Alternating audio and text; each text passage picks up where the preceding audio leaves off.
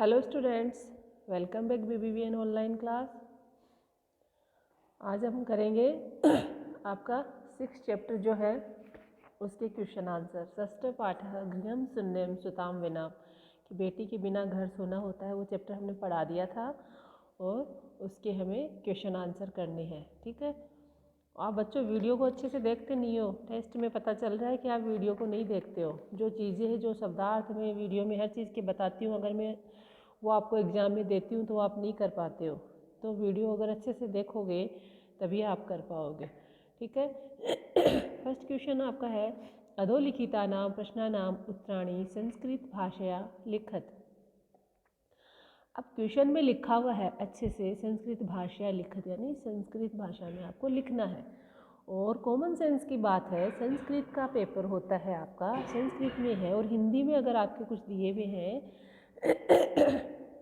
कोई भी चीज़ है तो उसको आपको संस्कृत में करना होता है। संस्कृत के होते हैं उनको हिंदी में करना होता है, अनुवाद वाले, है ना। उसमें लिखना ज़रूरी नहीं होता है कि संस्कृत में करो हिंदी में करो, है ना। और ऐसे ये जो उत्तर है इनको समझ में आ रहा है कि संस्कृत के हैं तो संस्कृत में ही करना है। ऐसे क्वेश्चंस मत अटेम्प्ट किया करो कि मैम इसको संस्कृत में करना है क्या, ऊपर लिखा हुआ होता है अच्छे से, फिर भी आप पूछते रहते हो ये चीज़, है ना। तो थोड़ा क्वेश्चन को पढ़ा करो आप। ठीक है, तो फर्स्ट है दिष्टया का समागता। दिष्टया यानी भाग्य, भाग्य से कौन समागता, कौन आ गई थी। इस चैप्टर में अगर आपने पढ़ा है तो पूछा है कि भाग्य से कौन आ गई थी, यानी अचानक किस्मत से किसी का आना हो जाता है। भाग्य से तो कौन आई थी, शालिनी आई थी, है ना।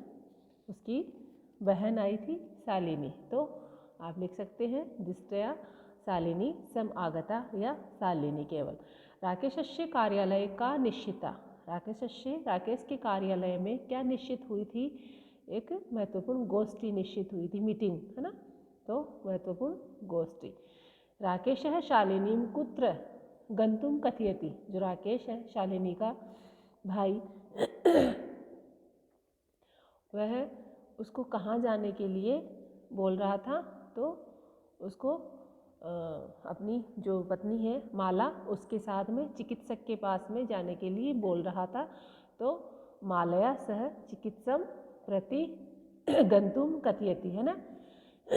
सायंकाले भ्राता कार्यालयात आगत्य किम करोति। शाम के समय भैया जब आते हैं, भाई जब आते हैं तो क्या करते हैं वो आते ही। सबसे पहले उस कहानी को हिंदी में आप याद रखिए। आते हैं, आते ही हाथ पैर धोते हैं, अपने वस्त्र जो है वो चेंज करते हैं, फिर पूजा करने के लिए पूजा के रूम में माँ भवानी की पूजा करते हैं। ठीक है। तो इसका संस्कृत में आपको करना है। ठीक है, ऐसे पहले हिंदी में इसका सोचा कीजिए। सायंकाले भ्राता कार्यालयात आगत्य, पहले तो वही क्वेश्चन से ले लिया। फिर हस्तपादादिकम, हाथ पैर आदि, आदिकम यानी आदि, प्रक्षाल्य धोकर, वस्त्राणि परिवर्ते, वस्त्रों को परिवर्तन करके, निकाल करके, चेंज करके, पूजा गृहम च गत्वा, पूजा गृह में, पूजा घर में जाकर के, दीपम प्रज्वलाय, दीप प्रज्वलित करके, भवानी स्तुति करोति, माता की स्तुति करते हैं। ठीक है। नेक्स्ट है शालिनी राकेश है कश्या तिरस्कारम करोति। शालिनी की नज़र में राकेश ने किसका तिरस्कार किया, माँ भवानी का ही किया। कि वो बेटी का अगर गर्भ में है तो उसके गर्भ को अगर गिरवा रहे हैं तो वो माता का तिरस्कार कर रहे हैं ना। तो वो यही कहना चाह रही है कि आपने किसका तिरस्कार कर दिया। राकेश है सृष्टि उत्पादिन्या, सृष्टि की जो उत्पादन जो शक्ति होती है, शक्त्या तिरस्कारम करोति। ठीक है, ये इनके आंसर्स है। फिर नेक्स्ट है शालिनी भ्रातरम काम प्रतिज्ञा कर्तु कथयति। तो मैं बता देती हूँ, नीचे आंसर से आप कर लेना। भाई को कौन सी प्रतिज्ञा करने के लिए कहा था, तो भाई ने बताया था कन्याया रक्षणे तस्या पाठने दच्चित्तम स्ताथ्यषि, है ना। पुत्री रक्षा पुत्री पठाए, यानी जो भारत सरकार का जो दिया हुआ है बेटी बचाओ बेटी पढ़ाओ अभियान के तहत अपने उनको पढ़ाना लिखाना, उनका रक्षण करने की शपथ वो दिलवाती है, प्रतिज्ञा करवाती है। यत्र नारी न पूजनते तत्र किम भवति। जहाँ नारियों की पूजा नहीं होती है वहाँ क्या होता है, वहाँ सर्व कार्य विफला भवति। सभी कार्य जो होते हैं उनके विफल होते हैं। जहाँ नारी का अपमान होता है, जहाँ नारी का तिरस्कार होता है। ठीक है, ये आपके आंसर्स है। दिष्टया शालिनी समागता राकेशस्य कार्यालय महत्वपूर्ण गोष्ठी निश्चिता राकेशः शालिनीं मालया सह चिकित्सां प्रति गन्तुं कथयति। सायंकाले भ्राता कार्यालयात् आगत्य हस्तपादादिकं प्रक्षाल्य वस्त्राणि परिवर्त्य पूजागृहं च गत्वा दीपं प्रज्वाल्य भवानी स्तुतिं करोति। राकेशः सृष्टि उत्पादिन्यः शक्त्याः तिरस्कारं करोति। सृष्टि की जो उत्पादक जो शक्ति होती है, माता भवानी, अभी नवरात्रि गए हैं तो आपको अच्छे से पता है माँ भवानी का, तो उसका बोलती है कि उसका आप तिरस्कार कर रहे हो।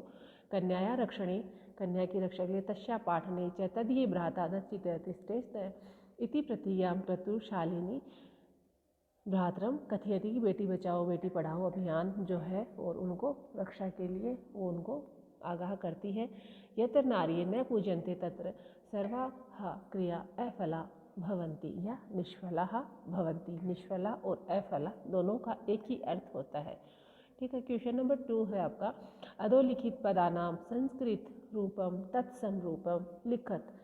तत्सम का मतलब क्या होता है? संस्कृत में लिखना। तत्सम जो तत्सम उसी के समान एज इट इज़ लिखे हुए। संस्कृत भाषा से सारी भाषाएं बनी हुई है, तो तत्सम रूप को हम हिंदी भाषा में यूज़ करते हैं कि इसका तत्सम रूप क्या होता है। तो तत्सम का मतलब संस्कृत रूप, यानी सेम उसके जैसा, यानी एज इट इज़ जैसी वो बनी हुई है वैसा तत्सम उसके समान। ठीक है।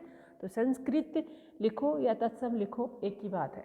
तो अब नीचे हिंदी में लिखे हुए हैं तो ऑब्वियसली इसको संस्कृत में ही लिखना है। इसमें आपको पूछने की ज़रूरत नहीं होनी चाहिए कि मैम इनको किस में लिखना है। तो कोख को क्या कहते हैं संस्कृत में? कुक्षौ, है ना। साथ, सह, गोद, ये सब चीज़ें मैंने आपको अच्छे से पढ़ाई है। गोद, क्रोडे, भाई, भ्राता, है ना, कुआ और दूध, तो इन सबको क्या कहते हैं? दूध यानी दुग्धम होता है। ठीक है।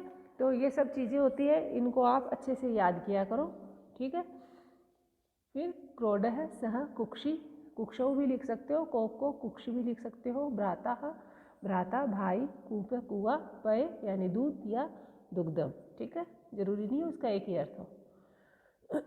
फिर उदाहरणम अनुसृत्य कोष्टक प्रदेशु तृतीया विभक्ति प्रयोज्य रिक्त स्थानानि पूरयत। यानी इसमें जो कोष्टक में दिया हुआ है उसको आपको तृतीया विभक्ति में प्रयोग करके रिक्त स्थानों की पूर्ति आपको करनी है। ठीक है। तो जैसे पहला है माता सह, मातृ इधर लिखा हुआ है ब्रैकेट में, तो इसमें लिखा हुआ ही है ऑलरेडी, माता सह पुत्री गच्छति। मातृ का तृतीय विभक्ति क्या होता है? माता। फिर विना विद्या न लभते परिश्रम, तो इसमें परिश्रम की तृतीय विभक्ति लिखनी है। छात्र है, लिखती, किसे लिखते हैं? लेखनी से, तो लेखनी की तृतीय विभक्ति लिखनी है। सूरदास अंध आसित, किससे थे सूरदास? आँखों से थे, तो जो दो नेत्र होते हैं तो उनको क्या कहते हैं? तो नेत्र से उसका बना के उसमें फिल करना है। सह साकम समयम याप यति, तो मित्र का उसमें तृतीय विभक्ति लिखना है। ठीक है। माता सह पुत्री गच्छति, माता पुत्री के साथ जाती है। परिश्रमेण विद्या विना न, परिश्रम के बिना, तृतीय विभक्ति परिश्रम की, परिश्रमेण विद्या विना न लभते। ठीक है। परिश्रम के बिना विद्या का कोई लाभ नहीं होता है, उस विद्या प्राप्त नहीं होती है। छात्र लेखन्या, लेखनी का तृतीय विभक्ति लेखन्या। सूरदास है, नेत्राभ्याम, दोनों आँखों को क्या बोलोगे? नेत्राभ्याम। कौन सी विभक्ति में? तृतीय विभक्ति में। स मित्रेण, ठीक है, वह मित्र के साथ में समय व्यतीत करता है, तो स इसके विसर्ग लगेगा, इसमें रोग लिखा हुआ है। वह मित्र के साथ में साकम यानी साथ में समय यापयति बिताता है। ठीक है। फिर ये जो नेक्स्ट है आप इतने कीजिए, नेक्स्ट हम अगले वीडियो में करेंगे। Okay, bye, thank you.